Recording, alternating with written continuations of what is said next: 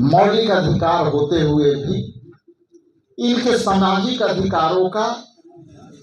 ठीक से अधिकार नहीं मिला है। मुख्तार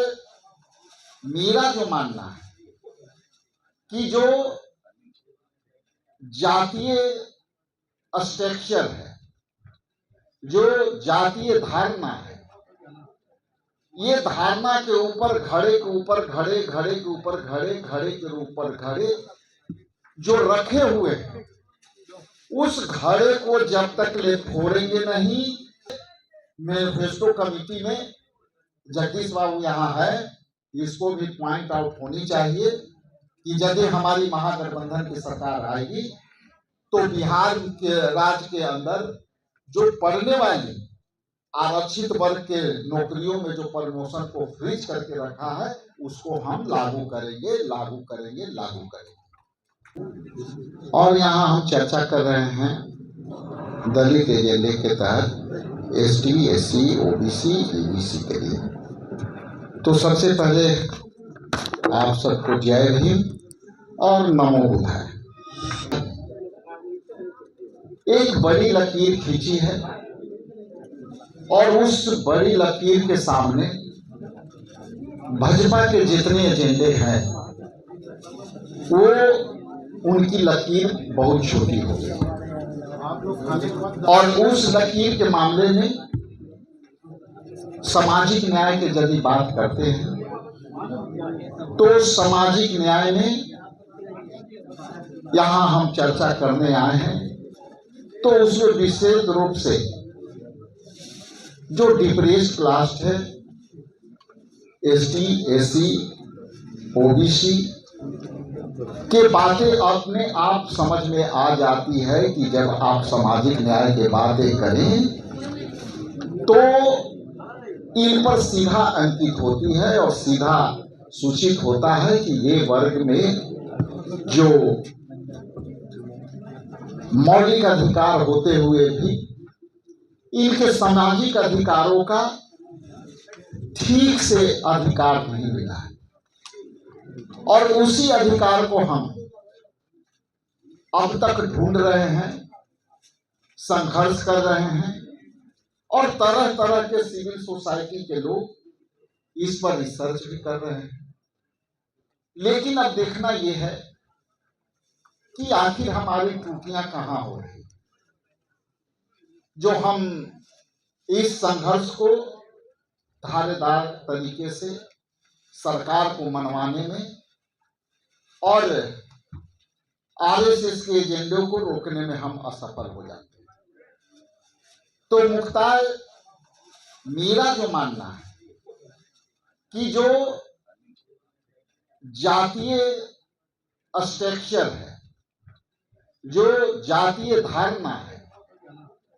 ये धारणा के ऊपर घड़े के ऊपर घड़े, घड़े के ऊपर घड़े, घड़े के ऊपर घड़े जो रखे हुए हैं,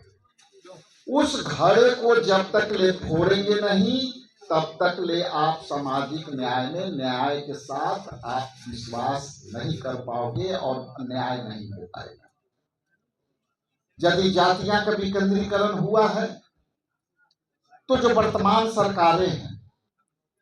इसमें वेलफेयर के नाम पर, जन कल्याणकारी नामों के कामों के नाम पर उसने आपस में भी हम लोगों को बांटने का प्रयास किया है। यदि राजू जी अभी बोल रहे हैं कि हमारी जो हक है, खास करके जो वेलफेयर के लिए दिए जाते हैं,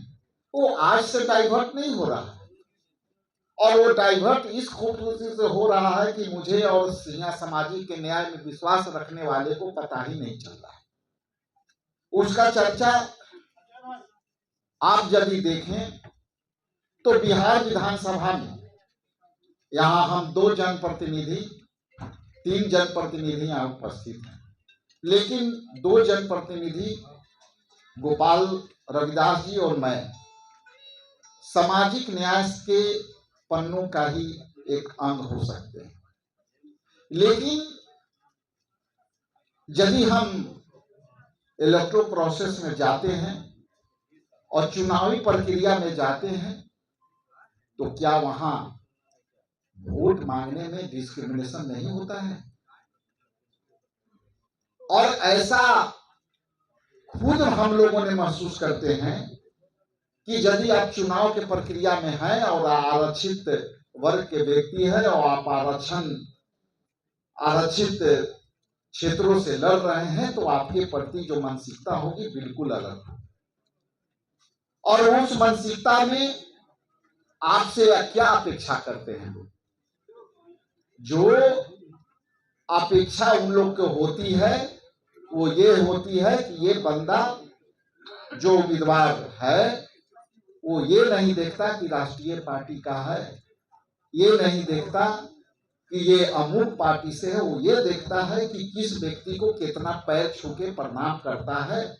और जो व्यक्ति प्रणाम करेगा उसका शायद पहला पसंद होगा।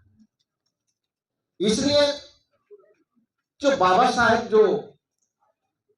डुअल वोट का अधिकार मांगा था, आज वो बाबा साहेब को जब हम लोग चुनाव लड़ते हैं तो ये सीधे महसूस होता है कि बाबा साहेब का दूरदृष्टि, जो आज उन्होंने जो पहले जो है उन्होंने जो भविष्यवाणियां की, आज वो भविष्यवाणियां सत्य साबित हो रही है। इसलिए आरक्षित वर्ग में आरक्षण प्राप्त लोगों के प्रति आज भी उनकी क्रेडिबिलिटी, उनकी क्षमता पर लोगों को शंका होता है। चाहे आप कितना अच्छा डॉक्टर हो जाओ, आप कितना अच्छा इंजीनियर हो जाओ, आप कितना अच्छा विधायक हो जाओ, मंत्री हो जाओ, लेकिन आपके आजू बाजू कभी ये सुनने को नहीं मिलेगा कि ये व्यक्ति सक्षम व्यक्ति है, योग व्यक्ति है। वो हमेशा कहेंगे कि ये तो आरक्षण प्राप्त व्यक्ति है और ये आरक्षण मिला, उसके कारण आज यहां तक पहुंचा, वरना इनकी योग्यता नहीं। तो एक संघर्ष हमारा इसके साथ भी कि आखिर हम मानसिक लड़ाई भी लड़े, आर्थिक लड़ाई भी लड़े,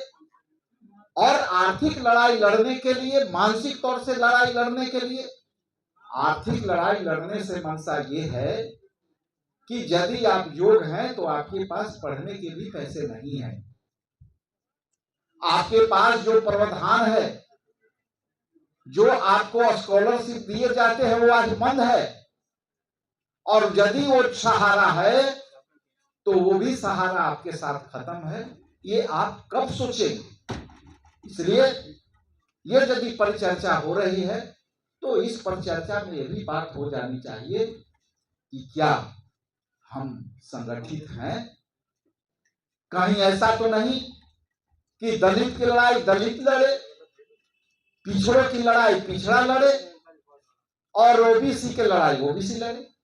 और जिस दिन ये जो बातें जब तक ले चलती रहेगी तब तक आप सामाजिक न्याय में किसी को हक नहीं दिला पाओगे, ऐसा मुझे मानना है, ऐसा मुझे अनुभव है। आप सामाजिक लड़ाई में अभी स्पष्ट है कि बिहार विधानसभा में जब हम लोग क्वेश्चन दलित हित के मुद्दे पर, सामाजिक न्याय के मुद्दे पर, पिछड़ों अति पिछड़ों के जो वाइटल मुद्दे हैं, ध्यान आकर्षण सूचना, गोपाल रविदास जी और शकील साहब यहाँ हैं, जब कोई भी दलित मुद्दे पर ध्यान आकर्षण सूचना लेकर के हम लोग चर्चा कराना चाहते तो वहां भी डिस्क्रिमिनेशन है,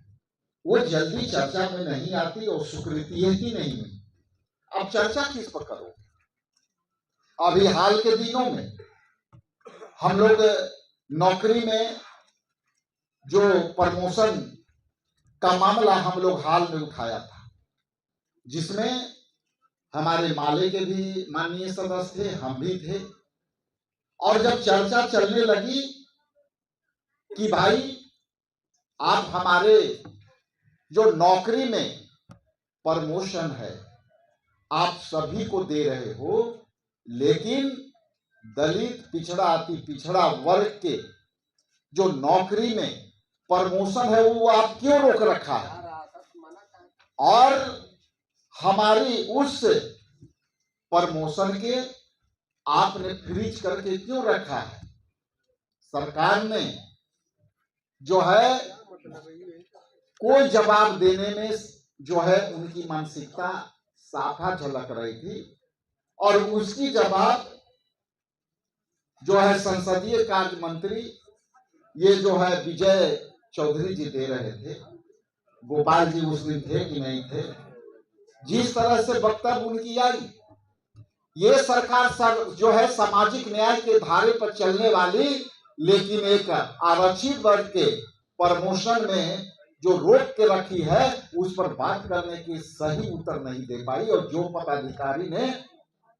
लिख करके दिया वही पढ़ करके उन्होंने अपने आप को संतुष्ट कर लिया। लेकिन हम लोग जितने भी माननीय सदस्य थे आज भी संतुष्ट हैं, जिसकी चर्चा यहाँ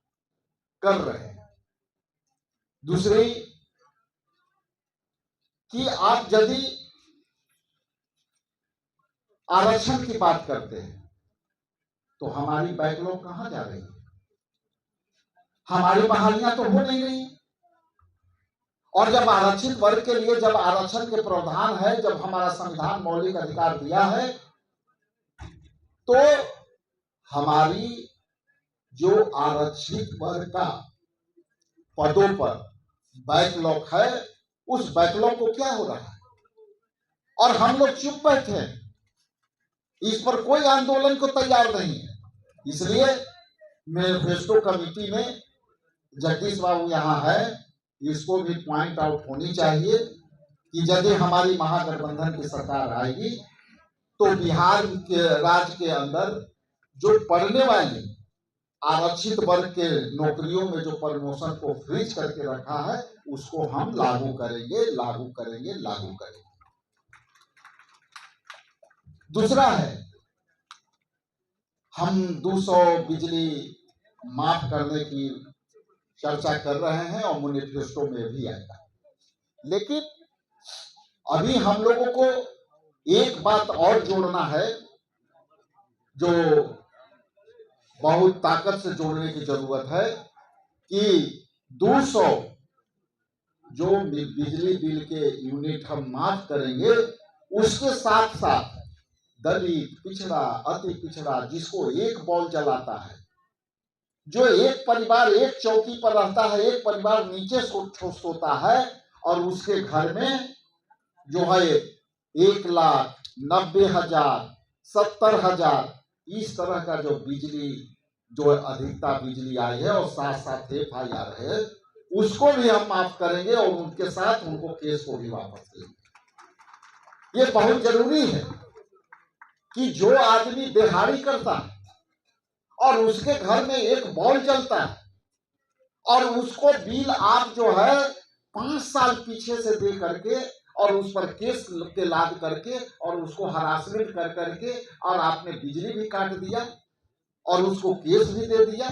और आपने 70,000 जितना मनमानी हुई उससे आपने उसको दागदार बना दिया, मोहल्ले में उसको जो है एक चोर बना दिया। इसलिए ये भी हम करेंगे, यदि महागठबंधन की सरकार आएगी तो हम उनके साथ जो फाइन के पैसे हैं साथ साथ उनको FIR जो हुए हैं केस भी हम वापस लेंगे। ये एजेंडे में हम साथ साथ शामिल करना चाहते हैं। तीसरी जो हमारी महत्वपूर्ण विषय है, मैं कम समय लेते हुए अंत में 1-2 बातें हम कह देना चाहते हैं कि सामाजिक लड़ाई के जो हमारा बिहार में जातीय आधारित जनगणना हुई और इस जनगणना में हम लोगों ने 17 माह का महागठबंधन की सरकार थी और हम लोगों ने ठोस कदम उठाया और उसके तहत हम लोगों ने आरक्षण के दायरे को बढ़ाया। आखिर वो कौन लोग हैं कि हम लोगों की सरकार रहते हमने आरक्षण का प्रावधान को बढ़ाया और उसमें जो 50% का सीमा थी उसको हम लोगों ने 65% किया और एक साजिश के तहत इसको न्यायालय में चुनौती दी गई और आज ये हालत है कि बीजेपी के समर्थित सरकार, जेडीयू की सरकार यहाँ जो काम कर रही है उस आरक्षण को जो है जानबूझ के डिरेल कर करके रोक के रखा है। इसलिए हमारी सरकार आएगी और राहुल जी ने स्पष्ट कहा है कि हमारी सरकार आएगी तो तेलंगाना जैसे जो आरक्षण है उसी मॉडल को हम बिहार में लगाएंगे और बिहार में इसको इम्प्लीमेंट कर करके और इसको जारी करेंगे। अंत में हम ये भी बात कह दें कि हम आगामी चुनाव बिहार विधानसभा में कांग्रेस पार्टी पूर्ण रूप से पिछड़ा अति पिछड़ा दलित के साथ खड़ा है और जब तक ले राहुल जी हैं, जब तक ले मैं हूं, आपकी हिस्सेदारी एसटी एससी ओबीसी की हिस्सेदारी एकदम पिछड़ों अति पिछड़ों के वाजिब मिलेगी। इस मंच से मैं बोल के जा रहा हूं, आपको केवल संघर्ष करने की आवश्यकता है, बाकी हिस्सेदारी की बात हम पर छोड़ दीजिए, हमारे नेता राहुल गांधी जी पर छोड़ दीजिए, आदरणीय प्रभारी जी पर छोड़ दीजिए, शकील साहब पर छोड़ दीजिए। लेकिन आपको साथ ही साथ सरकार बनाने के लिए सब कुछ भूल करके आपको जो है आगे आना होगा ताकि आपकी हिस्सेदारी सफलता पूर्वक जो है उसका परिणाम मिल सके। इन्हीं चंद शब्दों के साथ